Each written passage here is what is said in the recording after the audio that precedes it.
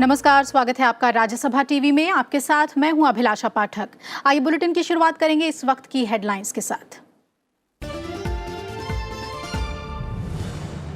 INX media मामले में Delhi high court से अग्रिम जमानत याचिका खारिज होने के बाद पी चिदम्बरम पर लटकी गिरफ्तारी की तलवार। सुप्रीम कोर्ट ने मामले की तुरंत सुनवाई से किया इनकार। बुधवार को सुप्रीम कोर्ट कर सकता है सुनवाई। चिदम्बरम के घर पहुंची सीबीआई की टीम।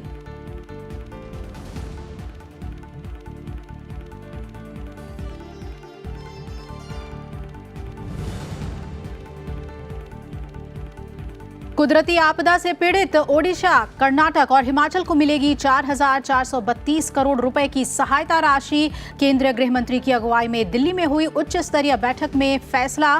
पिछले वित्त वर्ष में सूखा, भूस्खलन, ओलावृष्टि और चक्रवाती तूफान से तीनों राज्यों को हुआ था भारी नुकसान।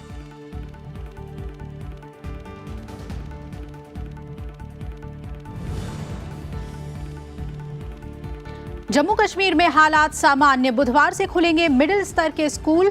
मुख्य सचिव रोहित कंसल ने दी जानकारी। कहा 73,000 लैंडलाइन बहाल। 136 पुलिस थानों से जुड़े इलाकों में दिन में आवाजाही पर प्रतिबंध नहीं।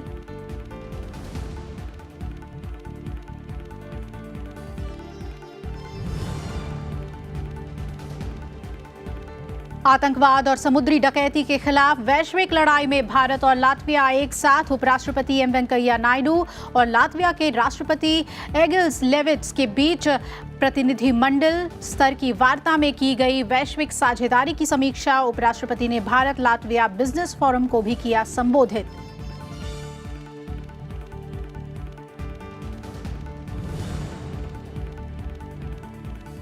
और चांद से 4 कदम दूर चंद्रयान। सुबह करीब 9 बजे चांद की कक्षा में स्थापित हुआ चंद्रयान 2। इसरो प्रमुख ने कहा मिशन का सबसे जटिल और अहम काम पूरा। प्रधानमंत्री नरेंद्र मोदी ने चंद्रमा की कक्षा में सफलतापूर्वक प्रवेश पर इसरो को दी बधाई।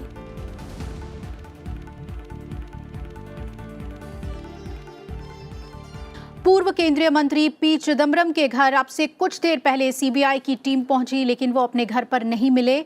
इससे पहले दिल्ली हाई कोर्ट ने आईएनएक्स मीडिया मामले में आज पी चिदम्बरम की अग्रिम जमानत याचिका खारिज कर दी। हाई कोर्ट से अग्रिम जमानत अर्जी खारिज होने के बाद पी चिदम्बरम के वकील कपिल सिब्बल ने सुप्रीम कोर्ट में याचिका लगाई है, लेकिन सुप्रीम कोर्ट ने तुरंत सुनवाई से इनकार कर दिया। आईएनएक्स मीडिया मामले में सीबीआई ने 15 मई 2017 को प्राथमिकी दर्ज की थी, जबकि प्रवर्तन निदेशालय ने इससे जुड़े धन शोधन के मामले में पिछले साल मामला दर्ज किया। वरिष्ठ कांग्रेस नेता की भूमिका 3500 करोड़ रुपए के एयरसेल मैक्सिस सौदे और 305 करोड़ रुपए के आईएनएक्स मीडिया मामले की जांच के दौरान जांच एजेंसियों की नजर में आई थी।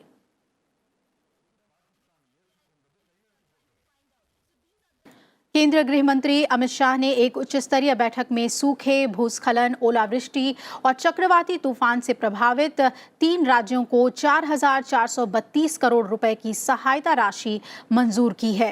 समिति ने ये राशि राष्ट्रीय आपदा मोचन बल की निधि से जारी किया है और इनमें से 3,338 करोड़ 22 लाख रुपए चक्रवाती तूफान फौनी से प्रभावित ओडिशा, सूखे से प्रभावित कर्नाटक के लिए 1,029 करोड़ 39 लाख और ओलावृष्टि और हिमस्खलन से प्रभावित हिमाचल प्रदेश के लिए 64 करोड़ 49 लाख रुपए के लिए राशि जारी किए जाएंगे। और बैठक में अमित शाह के अलावा वित्त मंत्री निर्मला सीतारमण, कृषि मंत्री नरेंद्र सिंह तोमर ने भी हिस्सा लिया और इसके अलावा गृह, वित्त और कृषि मंत्रालय के साथ साथ नीति आयोग के वरिष्ठ अधिकारी भी मौजूद थे। ये राशि राज्य आपदा मोचन निधि से पहले ही जारी की जा चुकी राशि के अतिरिक्त है। बैठक में प्राकृतिक आपदा के बाद राज्यों के अनुरोध पर भेजी जाने वाली अंतर मंत्रालय टीमों से जुड़े मामलों की भी समीक्षा की गई। बैठक में यह भी निर्णय लिया गया कि आप भीषण प्राकृतिक आपदा के बाद केंद्रीय टीम का तुरंत गठन किया जाएगा, जो प्रभावित राज्यों की स्थिति का आकलन करेगी और अपनी रिपोर्ट देगी।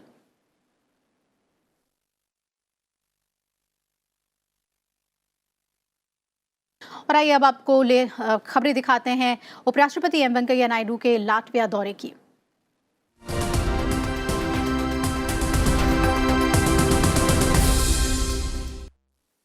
बाल्टिक क्षेत्र के 3 देशों की यात्रा के दूसरे चरण के तहत लातविया में उपराष्ट्रपति एम वेंकैया नायडू ने भारत लातविया बिजनेस फोरम को संबोधित किया। उपराष्ट्रपति ने अपने संबोधन में नवीकरणीय ऊर्जा के क्षेत्र में ज्यादा ध्यान देने पर जोर दिया और कहा कि भारत आने वाले सालों में नवीकरणीय ऊर्जा क्षेत्र में निवेश को बढ़ावा देगा। India offers one of the largest investment opportunities in the renewable space. The Government of India allows 100% FDI under the automatic route for projects of renewable power generation and distribution.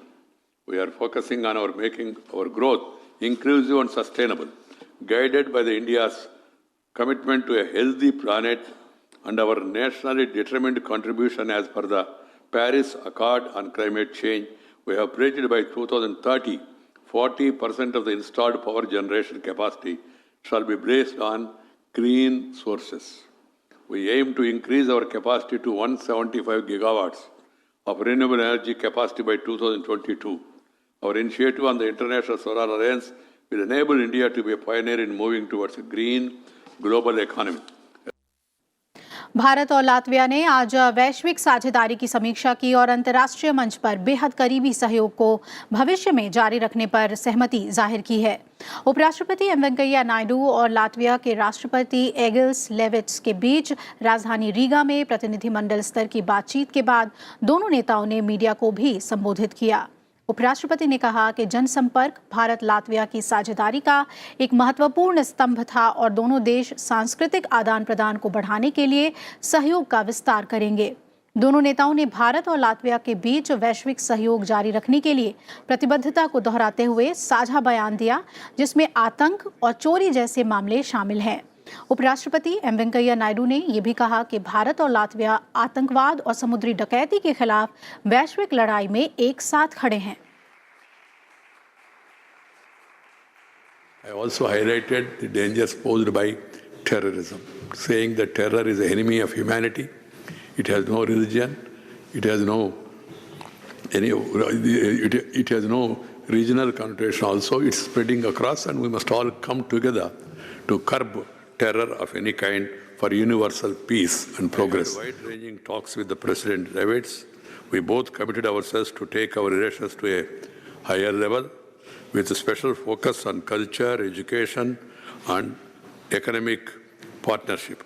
I also held discussions with the Prime Minister Christians Karims on ways to enhance bilateral relations and to boost trade and investment cooperation.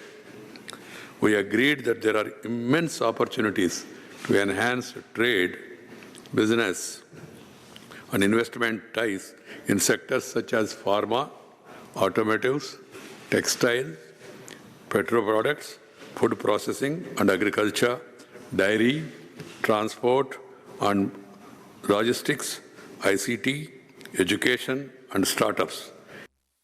उपराष्ट्रपति M Venkaiah Naidu ने आज रीगा में Latvia के राष्ट्रीय संग्रहालय का दौरा किया और लातविया के इतिहास के संरक्षण के लिए क्यूरेटरों के प्रयासों की सराहना की।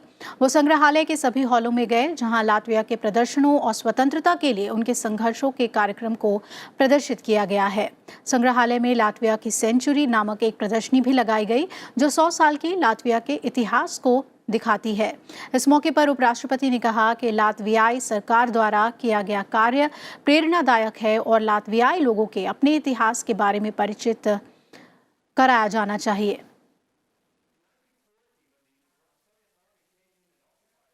Our visit to the National Museum of History is very, very inspiring, telling the story of the struggle that the Latvian people has to undergo all these years and the way they fought for their freedom and also they fought for regaining their freedom again. That has really been shown in a wonderful manner. I and my delegation were very much impressed by the presentation in that museum. इधर रक्षा मंत्री राजनाथ सिंह ने आज कहा कि सेना के आधुनिकीकरण में आने वाली सभी दिक्कतों को चरणबद्ध तरीके से दूर किया जाएगा। वायुसेना के आधुनिकीकरण और रक्षा में स्वदेशी उत्पादन को बढ़ावा देने से जुड़े सेमिनार में उन्होंने कहा कि सरकारी इकाइयों की टेस्ट फैसिलिटी को जल्द ही निजी रक्षा क्षेत्र के इस्तेमाल को मंजूरी दी जाएगी। राजनाथ सिंह ने बालाकोट एयर स्ट्राइक के जरिए वायुसेना की उच्च क्षमता का जिक्र भी किया। भारतीय वायुसेना के आधुनिकीकरण के विषय पर हुए सेमिनार में रक्षा मंत्री राजनाथ सिंह ने देश की एयरफोर्स की प्रोफेशनल क्षमता की तारीफ की और कहा कि मेक इन इंडिया के तहत निजी क्षेत्र को रक्षा के स्वदेशीकरण के लिए बढ़ावा दिया जाएगा। उन्होंने बताया कि सरकारी इकाइयों की टेस्ट फैसिलिटी को निजी रक्षा क्षेत्र को उपलब्ध कराने के प्रस्ताव को मंजूरी दी जाएगी और जल्द ही इसका औपचारिक सरकारी आदेश जारी होगा। Easy access to these test facilities to the private sector will go a long way in helping the industry meet the best quality standards required for defense equipment manufacturing. इस दौरान air chief marshal BS Dhanoa ने कहा कि air force काफी पुराने हो चुके MiG विमान उड़ा रही है, जिसे स्वदेशी तकनीक से अभी तक बेहतर बनाकर रखा गया है। उन्होंने कहा कि रक्षा क्षेत्र से जुड़े साजो सामान के लिए विदेशों पर निर्भरता में काफी वक्त जाया हो जाता है। If there is no war, we cannot wait for indigenous technology to replace obsolete war fighting equipment. Neither will it be prudent to import every defense equipment from abroad. So what are we doing? We are replacing our high-end obsolete weapons with indigenously developed ones. Seminar में शामिल कई वक्ताओं ने कहा कि कलपुर्जों से लेकर तकनीक के मामले में भारत की विदेशी रक्षा कंपनियों पर अभी भी बड़ी निर्भरता है। कुछ जानकारों का मानना है कि सरकार को स्वदेशी कंपनियों के उत्पादों पर ज्यादा भरोसा करना चाहिए। एनी प्लेटफॉर्म, चाहे वो आर्मी का हो, नेवी का हो, एयरफोर्स का हो, हम एज ए प्राइवेट सेक्टर हमारे देश की तीनों सेनाओं को पूरी तरह से सपोर्ट करने के लिए जो एफर्ट लगेगा, जिसके साथ टाई अप करना पड़ेगा, वो टेक्नोलॉजी जो देश को चाहिए वो देश में ला करके देश में बनाने के लिए प्रतिबद्ध है। मेक इन इंडिया के तहत रक्षा उत्पादन को बढ़ावा देने के लिए सरकार ने लघु, सूक्ष्म एवं मध्यम उद्योगों को भी बढ़ावा देने की नीति बनाई है, जिसका मकसद रक्षा उपकरणों और सैन्य साजो सामान की उपलब्धता को बनाए रखना है। सरकार का सबसे ज्यादा जोर सेना के तीनों अंगों के आधुनिकीकरण और उसमें स्वदेशी उत्पादों को बढ़ाने को लेकर है। यही वजह है कि मेक इन इंडिया प्रोग्राम को लॉन्च किया गया था, लेकिन विदेशी इक्विपमेंट मैन्युफैक्चरर यानी जिन्हें OEM कहा जाता है, उनकी ओर से टेक्नोलॉजी ट्रांसफर और MRO यानी कि मेंटेनेंस, रिपेयरिंग और ओवरहॉल, उनमें होने वाली दिक्कतों से इसमें सबसे ज़्यादा बाधा पहुंच रही है। और हाल में ही अब सरकार ने यह तय किया है कि इसके सिलसिले में और ज़्यादा भी छूट दी जाएगी। दिल्ली में कैमरामैन MS सुरेश के साथ पंचानन मिश्रा, राज्यसभा टीवी। रक्षा मंत्री राजनाथ सिंह ने अमेरिकी रक्षा मंत्री मार्क एस्पर से टेलीफोन पर बातचीत की। रक्षा मंत्री राजनाथ सिंह ने कहा कि अनुच्छेद 370 भारत का अंदरूनी मामला है और इसे जम्मू कश्मीर में विकास सुनिश्चित करने के इरादे से खत्म किया गया है। अमेरिकी रक्षा मंत्री ने भारत के रुख का समर्थन करते हुए आगे आने वाले दिनों में रणनीतिक संबंधों को और मजबूत करने की इच्छा जताई। साथ ही ये आशा व्यक्त की कि जम्मू कश्मीर का मामला भारत और पाकिस्तान द्विपक्षीय बातचीत के जरिए हल करेंगे। जम्मू कश्मीर में हालात तेजी से सामान्य हो रहे हैं। श्रीनगर में प्राथमिक विद्यालय फिर से खुल गए हैं। बच्चे एक बार फिर अपने बस्तों के साथ इन स्कूलों की रौनक बढ़ाते नजर आए और इसके बाद अब सरकार ने बुधवार से कश्मीर घाटी में सभी मध्य स्तर के स्कूलों को फिर से खोलने का फैसला किया है। जम्मू कश्मीर से अनुच्छेद 370 हटाए जाने से पहले एहतियात के तौर पर ये स्कूल बंद किए गए थे। मुख्य सचिव रोहित कंसल ने कहा है कि हालात सामान्य होते ही दूसरे जिलों के स्कूल भी खोल दिए जाएंगे। जम्मू कश्मीर के 136 पुलिस थानों में दिन में आवाजाही पर कोई प्रतिबंध नहीं है। दूसरी ओर किसी भी अव्यवस्था से निपटने के लिए सेना समेत सुरक्षा बल तैनात हैं। घाटी में पाबंदियों में दी गई ढील जारी है। स्थानीय अधिकारी हालातों का जायजा ले रहे हैं। जल्द ही कुछ और पाबंदियां हटाई जा सकती हैं। इस बीच जम्मू कश्मीर में व्यापारिक संघों ने आयकर और वस्तु और सेवा कर रिटर्न भरने की अंतिम तारीख बढ़ाने की मांग की है। उन्होंने कहा कि 370 के प्रावधानों के हटाने के बाद राज्य में उत्पन्न स्थिति के चलते इंटरनेट समेत दूरसंचार सेवाएं बाधित हुई हैं। We have reports of normal functioning from large parts of the state. As we speak, 12 of the 22 districts of the state are functioning normally. Jammu एवं कश्मीर के 197 पुलिस स्टेशन के क्षेत्र में 136 पुलिस स्टेशन ऐसे हैं जहां पे किसी भी प्रकार की डे टाइम रेस्ट्रिक्शन या पाबंदियां नहीं हैं। पाकिस्तान की सेना ने आज सुबह करीब 11 बजे पुंछ जिले के कृष्णा घाटी सेक्टर में संघर्ष विराम का फिर उल्लंघन किया। पाकिस्तान सेना ने भारी गोलीबारी की, नियंत्रण रेखा के पास अग्रिम चौकियों और गांवों पर मोर्टार दागे। पाकिस्तानी सेना द्वारा की गई भारी गोलीबारी में एक भारतीय जवान शहीद हो गया, साथ ही 4 अन्य जवान घायल हुए हैं जिनका उपचार चल रहा है। भारतीय सेना ने भी जवाबी कार्रवाई करते हुए पाक की नापाक हरकतों का मुंहतोड़ जवाब दिया है। वहीं जम्मू कश्मीर में कृष्णा घाटी मेंढर सेक्टर में भी पाकिस्तान ने फायरिंग की है। जवाब में भारतीय सेना ने पाकिस्तान की कई चौकियों को तबाह कर दिया है। हर भारतीय को अपना घर देने के केंद्र सरकार के 2022 के लक्ष्य को समय से पहले ही पूरा कर दिया जाएगा। ये बात आज national real estate development council NAREDCO के 15वें नेशनल कन्वेंशन में केंद्रीय आवास और शहरी विकास मंत्री हरदीप सिंह पुरी ने कही। उन्होंने कहा कि सरकार का 2022 तक प्रत्येक भारतीय को अपना घर प्रदान करना अपने आप में एक बड़ी चुनौती है, लेकिन उनका मंत्रालय सभी को अपना घर तय समय से पहले देने के लिए पूरी तरह से कार्यरत है।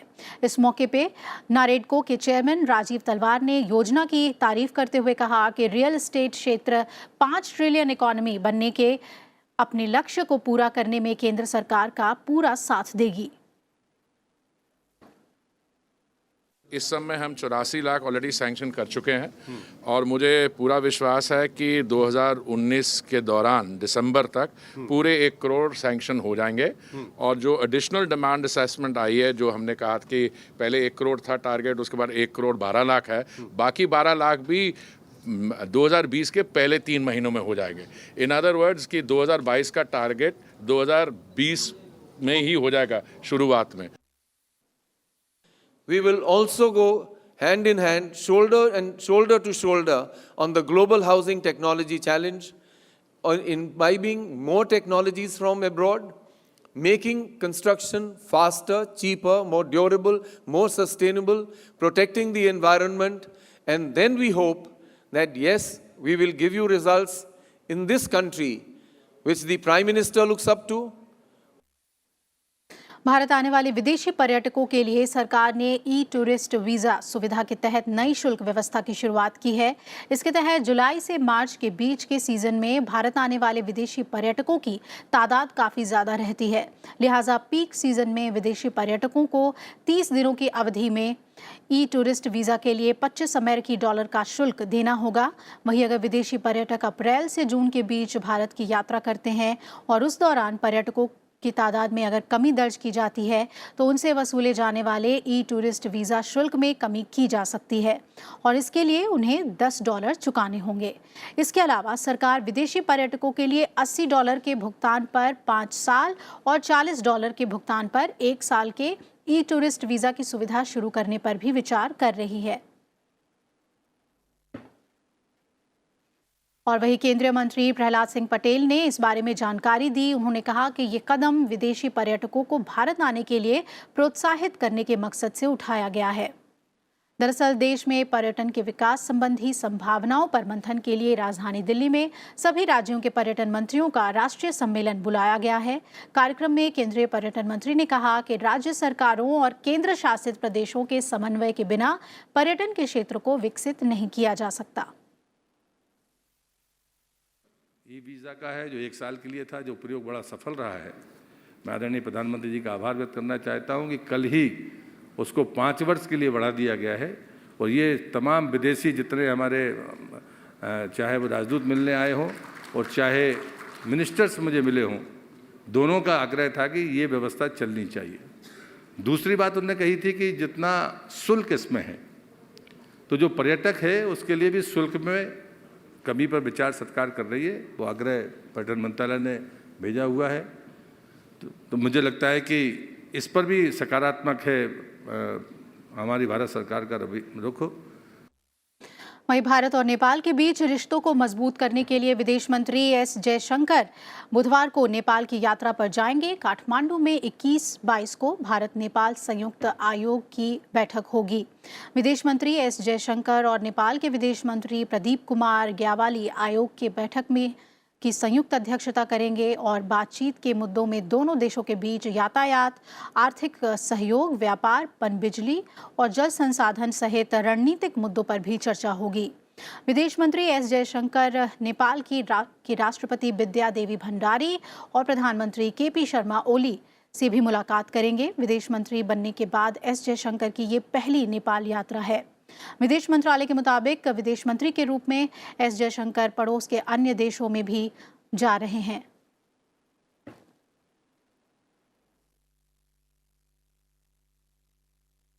केंद्रीय गृह मंत्री अमित शाह ने असम में राष्ट्रीय नागरिक रजिस्टर यानी एनआरसी के अंतिम प्रकाशन से संबंधित मुद्दों की समीक्षा की है। इस बैठक के बाद गृह मंत्रालय ने कहा है कि एनआरसी के नाम न आने वाले को मौका दिया जाएगा। समीक्षा बैठक में असम के मुख्यमंत्री, केंद्रीय गृह सचिव, असम के मुख्य सचिव समेत कई अधिकारी मौजूद रहे। सुप्रीम कोर्ट ने 31 अगस्त तक असम में नेशनल सिटीजन रजिस्टर का काम पूरा करने का आदेश दिया है। पिछले साल जारी एनआरसी ड्राफ्ट में 40 लाख लोग बाहर थे। ये वो लोग थे जो उस वक्त अपनी नागरिकता से जुड़े सबूत नहीं पेश कर सके थे। उन्हें बाद में एनआरसी लिस्ट में उनके नाम शामिल करने के लिए दस्तावेज पेश करने का मौका मिल चुका है। सभी की निगाहें अब अंतिम रूप से प्रकाशित होने जा रहे नेशनल सिटीजन रजिस्टर के आंकड़ों पर टिकी है। इसरो ने आज अंतरिक्ष अभियान में एक और सफलता हासिल की। महत्वाकांक्षी चंद्र मिशन चंद्रयान-2 सफलतापूर्वक चंद्रमा की कक्षा में सुबह करीब 9 बजे दाखिल हो गया है। इसे 29 दिन पहले श्रीहरिकोटा के सतीश धवन अंतरिक्ष केंद्र से प्रक्षेपित किया गया था। 22 जुलाई को प्रक्षेपित किए गए चंद्रयान-2 ने 14 अगस्त को पृथ्वी की कक्षा से निकलकर चंद्रपथ पर आगे बढ़ना शुरू किया था। चंद्रयान-2 को चांद की कक्षा में प्रवेश कराना वैज्ञानिकों के लिए बड़ी चुनौती थी। इसरो प्रमुख के सिवन के मुताबिक अभी चंद्रयान-2 चांद की परिक्रमा कर रहा है। उन्होंने बताया कि हम पूरी तरह से एक्यूरेसी पर काम कर रहे हैं ताकि मिशन चंद्रयान-2 को चांद के दक्षिणी सतह पर उतार सके।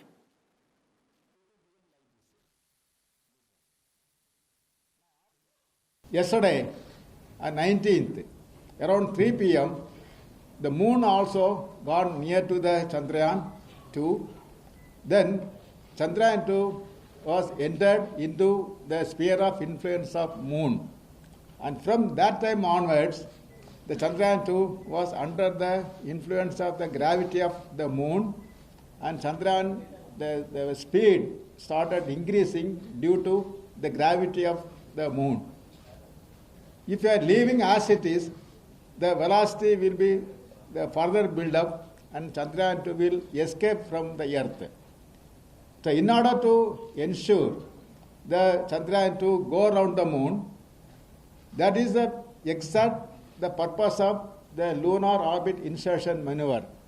In order to reduce that the velocity of the Chandrayaan-2 from 2.4 km per second to 2.1 km per second, the lunar orbit insertion maneuver was carried out today. In this process, the Chandrayaan-2 is going around the moon with an elliptical orbit of 114 km by 18,000 km. If the lunar orbit insertion maneuver is not proper, then also the orbit of the Chandrayaan-2 will be improper and we may not get back the Chandrayaan-2. That is the importance of the lunar orbit insertion maneuver. ISRO प्रमुख के सिवन ने बताया कि अगला अहम कदम 2 सितंबर को होगा जब लैंडर को ऑर्बिटर से अलग किया जाएगा। 3 सितंबर को लगभग 3 सेकंड की एक छोटी सी प्रक्रिया होगी ताकि सुनिश्चित किया जा सके कि लैंडर के सभी सिस्टम सही काम कर रहे हैं। 7 सितंबर को चंद्रमा की सतह पर सॉफ्ट लैंडिंग कराने की प्रक्रिया शुरू करने से पहले लैंडर संबंधी 2 कक्षीय प्रक्रियाओं को अंजाम दिया जाएगा। और वहीं प्रधानमंत्री नरेंद्र मोदी ने चंद्रयान 2 के सफलतापूर्वक चंद्रमा की कक्षा में प्रवेश करने पर भारतीय अंतरिक्ष अनुसंधान संगठन इसरो को बधाई दी है। प्रधानमंत्री ने अपने ट्वीट में कहा कि चंद्रमा की कक्षा में चंद्रयान 2 के प्रवेश करने पर टीम इसरो को बधाई। ये चंद्रमा की मील का पत्थर माने जाने वाली यात्रा की दिशा में एक महत्वपूर्ण कदम है। फेसबुक जैसे सोशल मीडिया प्लेटफॉर्म को आधार से जोड़ने वाली याचिकाओं पर सुप्रीम कोर्ट में सुनवाई करने की मांग को लेकर कोर्ट ने केंद्र सरकार को नोटिस जारी किया है। सुप्रीम कोर्ट में फेसबुक की तरफ से दायर याचिका में मांग की गई है कि देश भर में हाई कोर्ट में दायर याचिकाओं को सुप्रीम कोर्ट में स्थानांतरित किया जाए। कोर्ट ने इस मामले में केंद्र सरकार से 2 सितंबर तक जवाब मांगा है। साथ ही ट्विटर, गूगल और यूट्यूब को भी नोटिस भेजा गया है। मामले की अगली सुनवाई 13 सितंबर को होगी। वहीं सुप्रीम कोर्ट ने भी ये भी कहा है कि इस मामले में मद्रास हाई कोर्ट भी सुनवाई जारी रख सकती है, लेकिन हाई कोर्ट इसे लेकर कोई भी अंतिम आदेश पारित नहीं करेगा।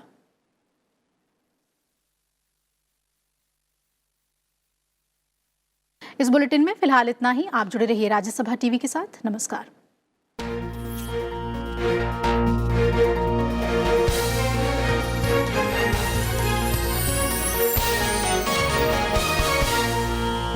देखिए